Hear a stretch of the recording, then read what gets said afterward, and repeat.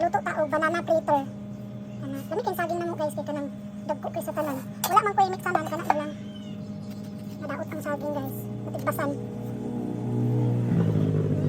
Okay na nagara na siya smile. Gamay ra to lutuon. Kana kay dito ko na to nang uban. Wala lagi ko an. Gamay dili ra gamay ra. Ano na siya guys. Dali man kayo dapat magutuntaan nila kay ni siya sa tanan. Na laton din siya. Nakatuna na ko ni guys. Sa kulula. Ay kanang udto. Tapok mo dito sa iyang payag sa una. Magluto maginana si Lola. Stop. Gibutangan na naman ni Garina. Mix mo anak. Ambot lang. Wala ko kabalo. Ug mao na ba niya akong gibuhat kay pataka lang akong gibuhat. Tama tubig. Lagi. Tama niya. I-mix well sana siya. I-mix. Dagar kay Garina imong gibutang oy. Ma-over po kay ka. Then butangan na to. Asukar. Brown sugar kung gigamit kay kumot ba. Pero bahala na mo. Guys, gibut-buta ko itlog ha.